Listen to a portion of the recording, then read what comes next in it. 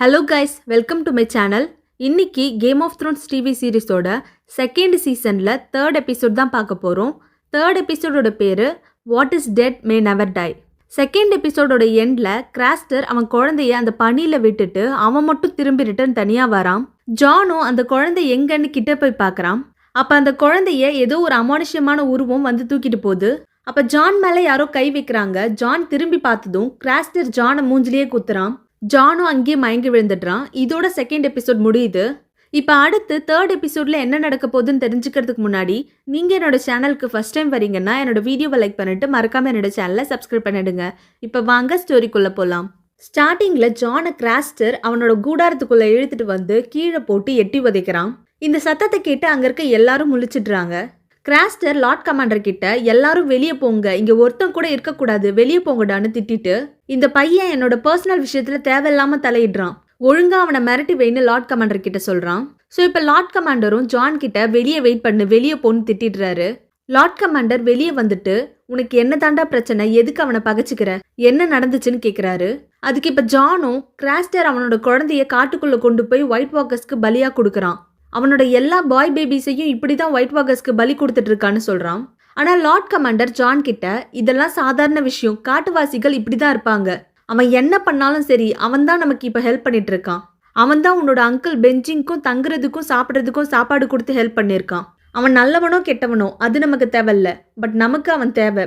இப்படி ஒரு வைல்டிங் கூட நம்ம நைட் வாட்ச் வீரர்கள் எப்போவுமே கான்டாக்டில் இருக்கணும், அப்போ தான் இங்கே காட்டுக்குள்ளே என்னெல்லாம் நடக்குதுன்னு அவன் நமக்கு தகவல் சொல்லுவான், இதை இப்படியே விட்டுருன்னு லார்ட் கமாண்டர் ஜான் கிட்ட சொல்றாரு.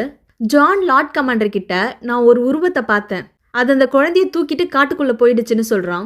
அதுக்கு இப்போ மோர்மன்ட்டும் அது என்னவா இருந்தாலும் சரி கண்டிப்பா அதை நீ மறுபடியும் பார்ப்ப, இப்போ போய் என்னோட குதிரையை ரெடி பண்ணு, நம்ம விடிய காலையிலேயே கிளம்புறோம், மறுபடியும் இந்த வாழை தொலைச்சிடாதன்னு சொல்லி அந்த வலேரியன் ஸ்டீல் வாழை ஜான் கிட்ட கொடுத்துட்டு போறாரு. அடுத்து இப்போ விடிஞ்சிடுது. சாம் அவங்க திங்ஸ் எல்லாத்தையும் குதிரை வண்டியில ஏத்திட்டு எடுபடி வேலை செஞ்சுட்டு இருக்கான். அப்போ அவனுக்கு தெரிஞ்ச அந்த கிராஸ்டரோட பொண்ணு இதுக்கு முன்னாடி கூட இவ ப்ரெக்னெண்ட்டாக இருக்கா, இவளுக்கு நம்ம ஹெல்ப் பண்ணணும், இவளை நம்ம கூட கூட்டிகிட்டு போகலான்னு ஜான் கிட்ட சாம் சொல்லியிருப்பான். அந்த பொண்ணு இப்போ அந்த பக்கமாக போகிறா. இந்த பொண்ணு பேர் கில்லி. சாம்க்கு கில்லி மேலே ஒரு அட்ராக்ஷன், ஒன் சைடாக ஒரு சின்ன லவ். ஸோ இப்போ சாம் கில்லி பின்னாடி போயிட்டு அவனோட அம்மா ஞாபகமாக வச்சிருந்த ஒரு ஃபிங்கர் திம்பில் கில்லி கிட்ட கொடுக்குறான். இது என் அம்மாவோடது, நெக்ஸ்ட் டைம் நான் இங்கே வரப்போ எனக்கு கொடு, அது வரைக்கும் நீ இதை பத்திரமா வச்சுக்கொண்டு கொடுக்குறான். கில்லியும் அதை வாங்கிக்கிறான். அடுத்து இப்போ பிரானுக்கு ஒரு கனவு வருது. பிரானோட ஓனாய் ஹோடர் பின்னாடியே வருது. அப்புறம் மிஸ்டர் லூவின் பிரானை எழுப்ப சொல்லி ஹோடர் கிட்ட சொல்றாரு. அடுத்து இப்போ பிரான் தூங்கிட்டு இருக்க ரூமோட கதவை ஹோடர் ஓப்பன் பண்ணதும் இப்போ பிரானோட ஓனாய் அவன் பெட்டு மேல பிரான் முன்னாடி வந்து நிக்குது. பிரான் இப்போ ப்ரெசன்ட்ல நடக்கிற விஷயத்தை எல்லாம் கனவுல பார்க்கறான். வீடியோ ரெக்கார்டிங், சிசிடிவி கேமரா இப்படி எதுவுமே இல்லாம வேற ஒரு இடத்துல ப்ரெசன்ட்ல நடக்கிற விஷயத்த பிரானால கனவுல பார்க்க முடியுது. ஸோ இப்போ பிரான் அவனோட இந்த கனவை எல்லாம் மிஸ்டர் லூவின் கிட்ட சொல்கிறான். நான் நடக்கிறேன், ஓடுறேன், வேட்டையாடி சாப்பிட்றேன், ஊழையிடுறேன், இதையெல்லாம் என்னோட ஓனாய் சம்மரோட உடம்புக்குள்ளேருந்து செய்கிறேன். ப்ரெசண்ட்டில் நடக்கிற விஷயத்த நான் ஓனாய் உடம்புக்குள்ளேருந்து பார்க்க முடியுது. நான் ஒரு மந்திரவாதியா, எனக்கு ஏதாவது பவர் இருக்கா, எனக்கு மட்டும் ஏன் இப்படி கனவு வருதுன்னு கேட்குறான். அதுக்கு இப்போ மேஸ்டரும் இதெல்லாம் ஜஸ்ட் கனவு தான் பிரான், இதை ஒரு விஷயமா எடுத்துக்காத, ஒரு காலத்துல மேஜிக் இருந்துச்சு, பல வருஷத்துக்கு முன்னாடி டிராகன்ஸ் இருந்துச்சு, ராட்சச மனிதர்கள் இருந்தாங்க, அப்புறம் காட்டுல வாழ்ற சிறுவர்கள் இருந்தாங்க, பட் இப்போ அது எதுவுமே இல்லை. உன் கனவை நீ ஒரு விஷயமா எடுத்துக்காத, ரிலாக்ஸா தூங்கு, ரெஸ்ட் எடுன்னு ஏதோ அவருக்கு தெரிஞ்சதை மிஸ்டர் லூவின் பிரான் கிட்ட சொல்றாரு. இப்போ அடுத்து ஒரு புது பிளேஸை காட்டுறாங்க. இந்த இடத்தோட பேரு ஸ்டார்ம்ஸ் லேண்ட். இப்போ இந்த இடத்துக்கு அரசனா இருக்கிறது ரென்லி பராத்தியன், இறந்து போன கிங் ராபர்ட்டோட கடைசி தம்பி. ஒரு கிரவுண்ட்ல சண்டை நடந்துட்டு இருக்கு. ரெண்டு பேர் சூப்பரா ஒருத்தருக்கு ஒருத்தர் செம்மையா சண்டை போட்டுட்டு இருக்காங்க. சண்டை போடுறதுல ஒருத்தனை இதுக்கு முன்னாடியே நமக்கு தெரியும். இதுக்கு முன்னாடி ராபர்ட் பராத்தியன் கிங்ஸ் லேண்டிங்ல நெட் ஸ்டார்க் பதவி ஏற்றதுக்காக ஒரு போட்டி வச்சிருப்பாரு. ரெண்டு பேர் குதிரையில எதிரில் ஓடி வந்து கையில கொம்பு வச்சு இடிச்சுக்கணும். இந்த போட்டியில ஒருத்தன் அந்த ஹைட்டான ஹவுண்டோட அண்ணன், இன்னொருத்தன் கையில ரோஸ் வச்சுட்டு சான்சா கிட்ட கொடுத்துருப்பான். அவன் கூட ரென்லியை பார்த்து கண்ணிலேயே பேசியிருப்பான். சர் லோரஸ். இப்போ சர் லோரஸ் தான் இங்கே ரென்லி முன்னாடி சண்டை போட்டுட்டு இருக்கான். கிங்ஸ் லேண்டிங்கில் நடந்த சண்டையில் லோரஸ் ஜெயிச்சிருப்பான். பட் இங்கே ரென்லி முன்னாடி நடக்கிற இந்த சண்டையில் லோரஸால் எதிர்த்து சண்டை போடவே முடியல. இவங்க சண்டையை மேலே சிம்மாசனத்தில் உட்காந்து ரென்லி பார்த்துட்டு இருக்கான். அவன் பக்கத்தில் அவனோட ஒய்ஃப் இருக்கா. இப்போ ரீசெண்டாக தான் இவங்களுக்கு கல்யாணம் ஆகியிருக்கும் போல. இந்த பொண்ணு வேற யாரும் இல்லை, இப்போ சண்டை போட்டுட்டு இருக்க சர் லோரஸோட அக்கா தான். இவங்க பேர் மார்ஜரி. இந்த மார்ஜரியும் சர் லோரஸும் சாதாரண ஆளுங்க இல்லை, ஹைகார்டன் ஒரு நாடு இருக்கு. அந்த நாட்டோட இளவரசன் இளவரசி தான் இவங்க 2 பேரும். நைட்ஸ் வாட்ச்ல ஜானோட ஃப்ரெண்டா இருக்கான்ல சாம். இந்த சாம் ஹைகார்டன் நாட்டை சேர்ந்தவன். இப்போ இந்த போட்டி நடக்கிற இடத்துக்கு கேட்லின் ஸ்டார்க் வராங்க. ஏன்னா ராப் தான் நம்ம 2 படையும் ஒன்னா சேர்ந்து கிங்ஸ் லேண்டிங்கை எதிர்க்கலான்னு கேட்டுட்டு வர சொல்லி அவன் அம்மாவை அனுப்பியிருப்பான். இங்கே கிரவுண்ட்ல நடக்கிற இந்த சண்டையில் சார் லோரஸ் நான் சரணடைறேன்னு சொல்லிடுறான். ஏன்னா எதிர்த்து சண்டை போட்ட அந்த ஆள் லோரஸை ஜெயிச்சிட்டான். ஸோ இப்போ ரென்லியும் அந்த ஆளை முன்னாடி வந்து நிற்க சொல்கிறான். அவனும் முன்னாடி வந்து நிற்கிறான். அவன் பார்க்கவே செம்ம ஹைட்டாக வாட்டசாட்டமாக இருக்கான். இப்போ அவனோட ஹெல்மெட்டை கழட்டுறான். பார்த்தா அது ஒரு பொண்ணு. இவ்வளோ தைரியமாக இவ்வளோ நேரம் சூப்பராக சண்டை போட்டுட்டு இருந்தது ஒரு பொண்ணு. இவங்க பேர் தான் பிரையன். ரென்லி அவகிட்ட உனக்கு என்ன வேணுமோ கேளு, என்னால் முடிஞ்சா அதை நான் கண்டிப்பாக செய்வேன்னு சொல்கிறான். ஸோ இப்போ பிரையன் ரென்லி கிட்ட நான் உங்களோட கிங்ஸ் கார்டாக உங்கள் மேக்காப்பாலனா இருக்க ஆசைப்படுறேன்னு சொல்கிறா. அதுக்கு இப்போ ரென்லியும் சரி ஓகே இனிமேல் நீ தான் என்னோட மேக்காப்பாலன்னு சொல்லிடுறான். அடுத்து இப்போ கேட்லின் ஸ்டார்க் வந்திருக்காங்கன்னு ரென்லி கிட்ட சொல்கிறாங்க. கேட்லின் வந்ததும் எப்படி இருக்கீங்க, உங்கள் ஹஸ்பண்ட்காக நான் ரொம்ப வருத்தப்படுறேன். நான் கிங்ஸ் லேண்டிங்கை கைப்பற்றின அப்புறம் அந்த ஜாஃப்ரியோட தலையை வெட்டி உங்ககிட்ட கொடுக்குறேன்னு சொல்கிறான். அதை கேட்டு சுற்றி இருந்த எல்லா மக்களும் சந்தோஷத்தில் கத்துறாங்க. அப்போ அந்த கூட்டத்தில் இருந்த சார் லோரஸ் கேட்லின் கிட்ட எங்கள் அரசர் ரென்லி கூட சேரணும்னா உங்கள் பையன் ராப் ஸ்டார்க் அவன் தானே முறைப்படி இங்கே வந்து பேசியிருக்கணும். அதை விட்டுட்டு ஒரு பொம்பளை அவன் அம்மாவை அனுப்பி விட்டுருக்கான், இது எப்படி நியாயமாகும்னு கேட்குறான். அதுக்கு இப்போ கேட்லின் ஸ்டார்க் லோரஸ் மூஞ்சில் அடித்த மாதிரி என் பையன் உண்மையான போரில் திறமையாக சண்டை போட்டுட்டு இருக்கான். அவன் ஒன்றும் உங்களை மாதிரி இங்கே சண்டை போட்டு விளையாடலை. நீங்கள் தான் ஒருத்தருக்கு ஒருத்தர் சண்டை போட்டு விளையாடுறீங்க. என் பையன் நெஜ போரில் இருக்கான். அதனால தான் அவனுக்கு டைம் இல்லைன்னு அவன் அம்மா என்ன அனுப்பி விட்டுருக்கான்னு கெத்தா சொல்கிறாங்க. ஸோ இப்போ ரென்லி கேட்லினை கூட்டிகிட்டு தனியாக வரான். கேட்லினுக்கு ரென்லி கூட்டத்தை ஒன்று சேர்க்கலாமா வேணாமான்னு தெளிவான பதிலை சொல்லலை. நீங்கள் டயர்டாக இருப்பீங்க, ஃபஸ்ட்டு கொஞ்சம் ரெஸ்ட் எடுங்கன்னு சொல்லி அவனோட புது கிங்ஸ் கார்ட் பிரையன் கிட்ட கேட்லின் ஸ்டார்க்கை கூட்டிகிட்டு டென்ட்டுக்குள்ளே போக சொல்கிறான். இப்போ அடுத்து அயன் ஐலாண்டில் தியான் அவன் அப்பா அக்கா 3 பேரும் அடுத்த பிளான் பற்றி பேசிகிட்டு இருக்காங்க. அப்போ பேலான் கிரேஜாய் சொல்கிறாரு, நம்ம நார்த்தில் இருக்க கரையோர பகுதிகள் எல்லாத்தையும் கொள்ளையடிக்க போகிறோம். விண்டர்ஃபெல்லை தவிர எல்லாத்தையும். ஏன்னா இப்போ தான் ராப் ஸ்டார்க் நார்த்தில் இல்லை. ராப் நார்த்தோட மொத்த படையும் கூட்டிகிட்டு கிங்ஸ் லேண்டிங்க்கு போயிட்டான். இதுதான் கரெக்டான டைம், நம்ம நார்த்தை எதிர்த்து ஈஸியாக ஜெயிச்சிடலான்னு சொல்கிறாரு. அதுக்கு இப்போ தியானும் நம்ம ஏன் இப்படி கொள்ளையடிக்கணும், நேர்மையாக ராப் கூட சேர்ந்து சண்டை போட்டால் அவனே இந்த போரில் ஜெயிச்ச அப்புறம் கேஸ்டர்லி ராக்கை கூட நமக்கு தருவான். எதுக்கு இப்படி திருடங்க மாதிரி யாரும் இல்லாத நேரத்தில் நார்த்தை தாக்கணும்னு சொல்கிறான். அதுக்கு பேலான் கிரேஜாய் நம்ம அடிமைகள் இல்லை, நம்ம அடுத்தவங்க முன்னாடி மண்டி போட்டு நிற்க மாட்டோம், நமக்கு வேண்டியதை நாம தான் எடுத்துக்கணும்னு சொல்கிறாரு.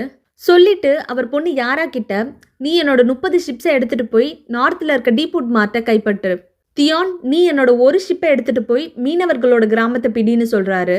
அதுக்கு இப்போ தியான் நான் ஒரு போர் வீரன், எனக்கு ஒரே ஒரு கப்பலா, என்னை ஏன் இவ்வளோ கேவலமாக ட்ரீட் பண்ணுறீங்க? பல வருஷத்துக்கு முன்னாடி நடந்த சண்டையில் நீங்கள் தான் ஜெயிக்க முடியாமல் ராபர்ட் பராத்தியான் முன்னாடி மண்டி போட்டு தோற்று போய் என்னை ஒரு அடிமை மாதிரி நாய் மாதிரி அவங்க கிட்ட தூக்கி போட்டுட்டு வந்தீங்க. நானா ஒன்றும் அவங்களுக்கு அடிமையாக போல, நீங்கள் தான் என்னை காப்பாற்ற தைரியம் இல்லாமல் அங்கே விட்டுட்டு வந்தீங்க.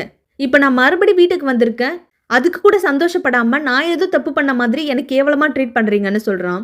இப்போ இதை கேட்டதும் பேலான் கிரேஜாய்க்கு கோவம் பொத்துட்டு வருது. ஸோ இப்போ டென்ஷன் ஆகி தியானை அரைஞ்சிட்டு அங்கேருந்து போயிடுறாரு. ஸோ இப்போ தியானோட அக்கா யாரா அவன் முன்னாடி வந்து நின்றுட்டு நம்ம அப்பா மற்ற அரசர்கள் காலில் போய் விழணுமா? நல்லா யோசிச்சுக்கோ தியான், உனக்கு இந்த அயன் ஐலாண்ட்ஸில் இருக்க உன்னோட சொந்த குடும்பம் வேணுமா இல்லை உன்னோட இன்னொரு குடும்பம் அந்த ஸ்டார்க்ஸ் வேணுமான்னு நீயே முடிவு பண்ணிக்கோன்னு சொல்லிட்டு நீ வந்தாலும் சரி நீ வரலனாலும் சரி நாங்கள் நார்த்தை கொள்ளையடிக்க கிளம்பிடுவோம், சீக்கிரமாக உன் முடிவை சொல்லுன்னு சொல்லிட்டு அங்கேருந்து போயிடுறா. அடுத்து இப்போ கிங்ஸ் லேண்டிங்கில் டிரியனோட காதலி எனக்கு இப்படி ரூம்குள்ளே அடைஞ்சு உள்ளே இருக்கிறது கொஞ்சம் கூட பிடிக்கலன்னு சொல்கிறா.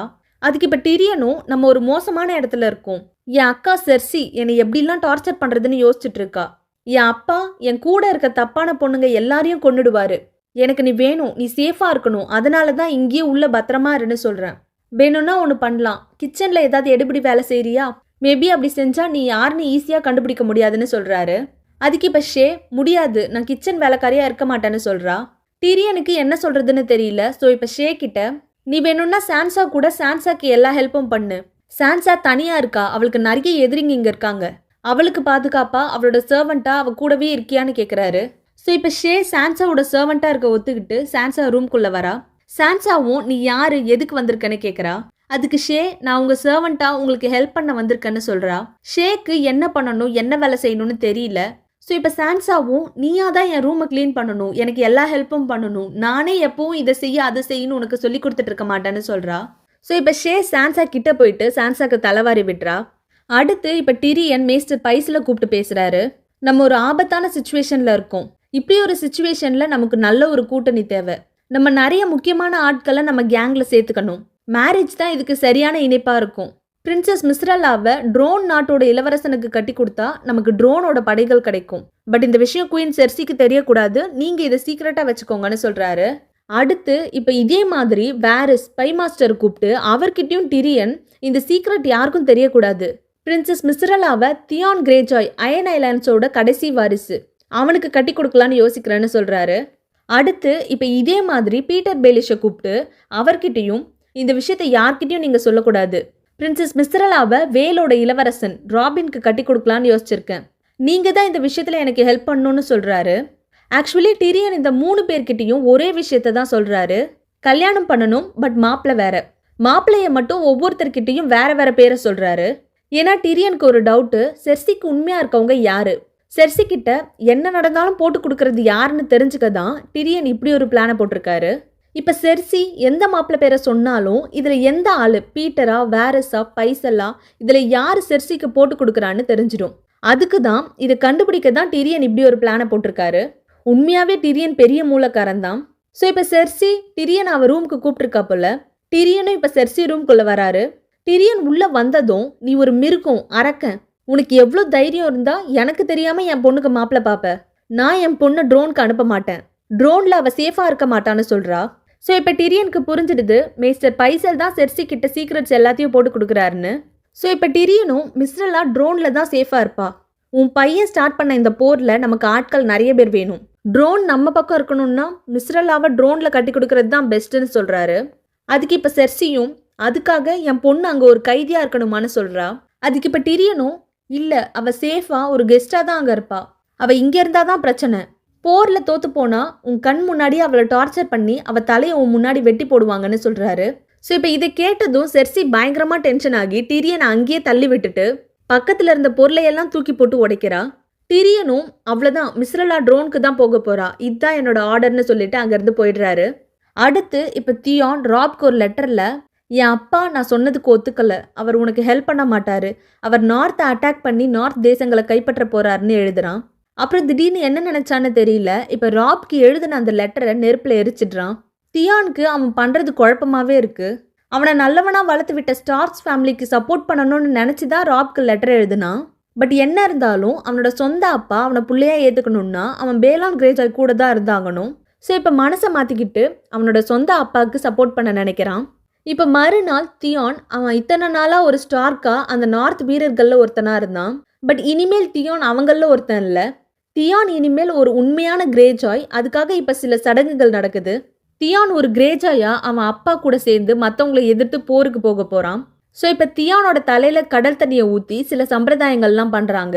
தியான் அவன் பழைய வாழ்க்கையை மறந்து இப்போ ஒரு புது லைஃப்குள்ள அவன் அப்பாவுக்கு பிள்ளையா மாற போகிறதா நினச்சி ஸ்டார்க்ஸ்க்கு துரோகம் பண்ணுறான். தியான் பண்ண முதல் துரோகம் இதுதான்.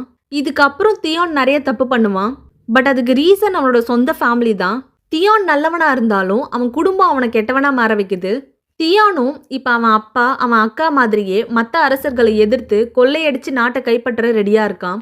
அடுத்து இப்போ பீட்டர் டிரியன் கிட்ட, பிரின்சஸ் மிஸ்ரலாவை ட்ரோன் இளவரசனுக்கு கட்டி கொடுக்க போறீங்கன்னா என்கிட்ட எதுக்கு வேல் நாட்டோட ராபினை கட்டி கொடுக்கலாமான்னு கேட்டிங்கன்னு கேட்குறான்.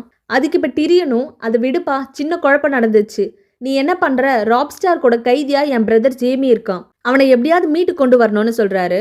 அதுக்கு இப்போ பீட்டரும் ராப் கண்டிப்பாக ஜேமியை ரிலீஸ் பண்ண மாட்டான்னு சொல்கிறான். ஆனால் அதுக்கு டிரியன், ஆமாம் ராப் ரிலீஸ் பண்ண மாட்டான், பட் ஒருவேளை அவனோட அம்மா கேட்லின் அவனை ரிலீஸ் பண்ண வாய்ப்பு இருக்குன்னு சொல்கிறாரு. அடுத்து ஜேமியை ரிலீஸ் பண்ண கேட்லினை வச்சு டிரியன் புதுசாக ஒரு கேம் ஆட போகிறாரு போல். ஏன்னா டிரியனுக்கு கேட்லினை பற்றி நல்லா தெரியும். அவங்க ரொம்ப கனிவானவங்க, அதுவும் இல்லாமல் ரொம்ப இரக்க குணம் படைச்சவங்க. அவங்க மூலியமாக தான் ஜேமியை ரிலீஸ் பண்ணி வெளியே கொண்டு வர முடியும்னு டிரியன் நம்புறாரு. அதுக்காக தான் பீட்டர் கிட்ட சில விஷயத்த பேசுகிறாரு. மற்ற எல்லாரையும் விட உண்மையாகவே தன்னோட சொந்த நாட்டுக்காக உண்மையாக கஷ்டப்படுறவர் டிரியன் தான். டிரியன் மட்டும்தான் அவரோட இந்த டெம்பரரி பொறுப்பு ஹேண்ட் ஆஃப் கிங் பதவியை சரியாக பண்ணிட்டு இருக்காரு. ஃபஸ்ட்டு அவருக்கு யார் வில்லன், அவரை பற்றி யார் போட்டு கொடுப்பான்னு தெரிஞ்சுக்கிட்டு அது பைசல்னு கண்டுபிடிச்சாரு. அடுத்து இப்போ போர் வந்தால் அவன் அண்ணன் ஜேமியோட ஹெல்ப் தேவைப்படும்னு அவனை மீட்டு கொண்டு வர பிளான் போடுறாரு. உண்மையாகவே டிரியன் செம்ம அறிவாளி தான். அடுத்து இப்போ டிரியன் மிஸ்டர் பைசலோட ரூமுக்கு வந்துட்டு, என்ன பைசல், என்னை இப்படி ஏமாத்திட்டீங்களே, நான் சொன்னதை அப்படியே செர்சிக்கிட்ட போட்டு கொடுத்துட்டீங்கன்னு சொல்கிறாரு.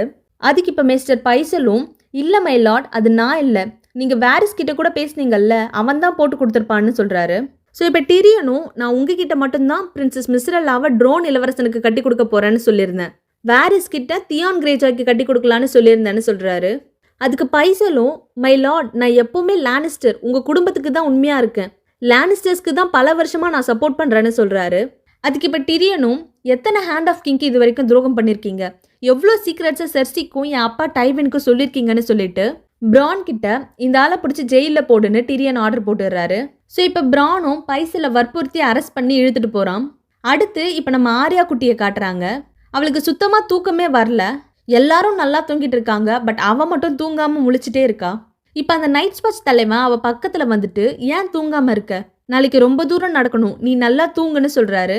அதுக்கு இப்போ ஆர்யா, எனக்கு தூக்கமே வரல, இந்த மாதிரி கொடுமையெல்லாம் பார்த்த அப்புறம் என்னால் நிம்மதியாக தூங்க முடியல, கண்ணை மூடினாலே அன்னைக்கு அப்பாவை கொன்னப்போ அந்த ஸ்டேஜில் நின்ன ஜாஃப்ரி, செர்சி, அப்புறம் என்னோட சிஸ்டர் சான்சா, இவங்க தான் என் கண் முன்னாடி தெரியுறாங்க, என்னால் தூங்கவே முடியலன்னு சொல்கிறா. அதுக்கு இப்போ அந்த நைட் வாட்ச் தலைமை சொல்கிறாரு, நீயும் நானும் ஒரே மாதிரி தான் இருக்கும், நானும் உன்ன மாதிரி தான், சின்ன வயசில் என் அண்ணனை ஒருத்தன் என் கண்ணு முன்னாடி கொண்டுட்டான், அதுக்கப்புறம் என் அண்ணனோட ஃபேஸ் கூட கொஞ்ச நாளில் எனக்கு மறந்து போயிடுச்சு, ஆனால் என் அண்ணனை கொலை பண்ண அந்த பையனோட ஃபேஸ் எனக்கு நல்லா ஞாபகம் இருந்துச்சு, அவன் பேர் வில்லம், ரொம்ப அழகாக இருப்பான், என் அண்ணனோட சாவுக்கு அப்புறம் ஒவ்வொரு நாள் தூங்க போகிறதுக்கு முன்னாடி என் அண்ணனை கொலை பண்ண அந்த வில்லமை நினச்சிப்பேன், ஒரு ப்ரேயர் மாதிரி தூங்குறதுக்கு முன்னாடி வில்லம் வில்லம் வில்லம்னு அவன் பேரையே எப்போவுமே சொல்லிகிட்டே இருப்பேன். அதுக்கப்புறம் தான் ஒரு நாள் எங்கள் ஊருக்குள்ளே மறுபடியும் அந்த வில்லம் வந்தான், நான் நினச்ச மாதிரியே அவன் தலையில் ஒரு கோடாலியை இறக்கி என் கையால் அவனை கொன்னுட்டு அதுக்கப்புறம் இந்த நைட் வாட்ச்க்கு வந்துட்டேன், இத்தனை வருஷமாக இந்த நைட் வாட்ச்சில் ஒருத்தனா நான் வாழ்ந்துட்டு இருக்கேன்னு சொல்கிறாரு. நம்ம ஆர்யாவும் அவர் சொல்கிறத எல்லாத்தையும் ஆர்வமாக கேட்டுகிட்டே உட்காந்துட்டு இருக்கா. இப்போ வெளியே ஏதோ ஒரு அபாய சங்கு ஒலிக்குது. ஸோ இப்போ அந்த நைட் வாட்ச் தலைமை எல்லாரையும் எழும்ப சொல்கிறாரு. நம்ம ஆர்யா அப்புறம் ஜென்ரி இவங்க 2 பேரை மட்டும் தனியாக கூப்பிட்டு, ஒருவேளை ஏதாவது நடக்கக்கூடாத விஷயம் நடந்தால் நீங்கள் 2 பேரும் நார்த்தை பார்த்து ஓடிடுங்க, இவங்க கிட்ட மாட்டிக்காதீங்கன்னு சொல்கிறாரு. இப்போ மற்ற எல்லாரையும் எழுப்பிட்டு எல்லாரும் வெளியே போகிறாங்க. வெளியே இதுக்கு முன்னாடி 2 கோல்டு க்ளோக் வீரர்கள் என் ஆளுங்களை கூட்டிகிட்டு நான் மறுபடி வருவேன்னு நைட் வாட்ச் தலைவனை மிரட்டிட்டு போயிருப்பாங்க, அவங்க தான் அவங்க ஆளுங்களோட இப்போ வந்திருக்காங்க. அந்த கோல்டு க்ளோக் லானிஸ்டர்ஸோட ஹெட்டு இப்போ இந்த நைட் வாட்ச் தலைவன் கிட்ட, எல்லாரும் உங்கள் ஆயுதங்களை கீழே போடுங்க, இல்லைனா உங்கள் எல்லாரையும் கொன்னுருவோன்னு சொல்கிறாங்க. ஆனால் அந்த நைட் வாட்ச் தலைவன் அவர் வாழை கீழே போடாதனால இப்போ அந்த கோல்டு க்ளோக்கில் ஒருத்தன் நைட் வாட்ச் தலைவனோட நெஞ்சிலேயே ஒரு அம்பை விடுறான். அவர் லைட்டாக ஸ்லிப் ஆகி விடுறாரு. கொஞ்ச நேரத்திலே இப்போ தைரியமாக அங்கேருந்து நிறைய கோல்டு க்ளோக் வீரர்களை எதிர்த்து அட்டாக் பண்ணுறாரு. உள்ளே இருந்த எல்லா கைதிகளும் இப்போ கோல்டு க்ளோக் வீரர்களை எதிர்த்து சண்டை போடுறாங்க. இந்த நைட் வாட்ச் தலைவனை முதுகில், இடுப்பில், கழுத்துலன்னு பல இடத்துல குத்தி அவரை கொடூரமாக சாகடிக்கிறாங்க. அவரும் அங்கேயே ரத்த வெள்ளத்தில் செத்து போகிறாரு. இது எல்லாம் நம்ம ஆர்யா அப்புறம் அவ கூட இருக்க ஜென்ரி அப்புறம் அந்த குண்டு பையன் ஹாட் பை எல்லாரும் பார்த்துட்டு இருக்காங்க. நிறைய கைதிகளை இந்த கோல்டு க்ளோக் வீரர்கள் பிடிச்சிடுறாங்க. அப்போ ஒரு வண்டிக்குள்ளே 2 கொடூரமான கைதிகளும் அந்த ஜாக்கன் ஹகாரும் இருப்பாங்க. அவங்க வண்டி இப்போ தீப்பிடிச்சி எரியுது. ஸோ இப்போ அந்த ஜாக்கன் நம்ம ஆர்யாவை கூப்பிட்டு எனக்கு ஹெல்ப் பண்ணு, எங்களை காப்பாத்துன்னு கத்துறான். நம்ம ஆர்யாவும் அங்கே கீழே இருந்த கோடாலியை எடுத்து ஜாக்கன் ஹகார் கிட்ட கொடுக்குறா. கொடுத்துட்டு அங்கேருந்து தப்பிச்சு வேகமாக ஓடி போறா. பட் ஒரு கோல்டு க்ளோக் வீரன் நம்ம ஆர்யா குட்டியை கீழே தள்ளி விட்டு அவகிட்ட இருந்த அந்த ஊசி கத்தியை பிடுங்கி வச்சுக்கிட்டு அவளை அரெஸ்ட் பண்ணிடுறான்.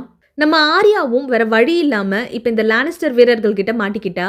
அப்போ அங்கே ஒரு சின்ன பையன் காலில் அம்பு குத்தி வழியில் துடிச்சிட்டு இருக்கான். அவன் பக்கத்தில் இப்போ ஒரு கோல்டு க்ளோக் வீரன் போகிறான். இவன் கிட்ட தான் நம்ம ஆர்யாவோட அந்த ஊசி கத்தி இருக்கு. இந்த கோல்டு க்ளோக் வீரன் அந்த பையன் கிட்ட உன்னால் நடக்க முடியுமான்னு கேட்குறான். அதுக்கு அந்த பையனும், இல்லை காலில் அம்பு குத்தி இருக்கு, என்னை தூக்கிட்டு போறியான்னு கேட்குறான். அதுக்கு அந்த கோல்டு க்ளோக் வீரன் சரி வான்னு கையை கொடுத்துட்டு அந்த சின்ன பையனோட தொண்டையில் அந்த ஊசி கத்தியை விட்டு சொருகி அவனை கொடூரமாக கொண்டுடுறான். இந்த பையன் நம்ம ஆர்யாவோட ஃப்ரெண்டு. ஸோ இப்போ ஆர்யாவும் இந்த கொடுமையெல்லாம் பயந்துட்டே பார்த்துட்டு நிற்கிறான்.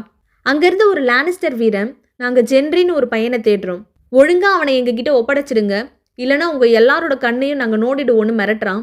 ஸோ இப்போ நம்ம ஆர்யா குட்டி என்ன பண்ணுறதுன்னு சுற்றி முற்றி பார்த்துட்டு, உங்களுக்கு ஜென்ரி தானே வேணும், நான் சொல்கிறேன்னு சொல்கிறா. எங்கே உண்மையான ஜென்ரியை போட்டு கொடுத்துடுவாளோன்னு பார்த்தா அங்கே கொஞ்ச நேரத்துக்கு முன்னாடி செத்து போன அவளோட ஃப்ரெண்டு அந்த சின்ன பையனை காமிக்கிறா. ஆர்யாவோட ஊசி கத்தியை வச்சு ஒரு கோல்டு க்ளோக் வீரன் இந்த பையனை இப்போ தான் கொண்டு இருப்பான். அவனை பார்த்து இவன் தான் ஜென்ரி, அவனுக்கு அந்த ஹெல்மெட் ரொம்ப பிடிக்கும்னு அந்த எருமத்தலை மாதிரி இருக்க கவசத்தை காட்டுறா. அந்த கவசமும் அந்த இறந்து போன சின்ன பையன் பக்கத்தில் தான் விழுந்து கிடக்குது. இதோட இந்த 3rd எபிசோட் முடியுது. செம்ம ஸ்மார்ட்டாக யோசிச்சு லாஸ்ட் மினிட்ல எப்படியும் நம்ம ஆர்யா குட்டி உண்மையான ஜென்ரி அப்புறம் மற்ற எல்லாரையும் காப்பாற்றிட்டா. அப்படியும் இதுக்கப்புறம் லானிஸ்டர்ஸ் இவங்களை என்ன பண்ண போகிறாங்கன்னு தெரியல. இதுக்கப்புறம் என்ன நடக்கும்னு நெக்ஸ்ட் எபிசோடில் சொல்கிறேன். அப்படியே என்னோட வீடியோவை லைக் பண்ணிட்டு மறக்காமல் என்னோட சேனலை சப்ஸ்கிரைப் பண்ணிடுங்க. இதே மாதிரி ஒரு நல்ல கதையில் மறுபடியும் சந்திக்கலாம். தேங்க்யூ.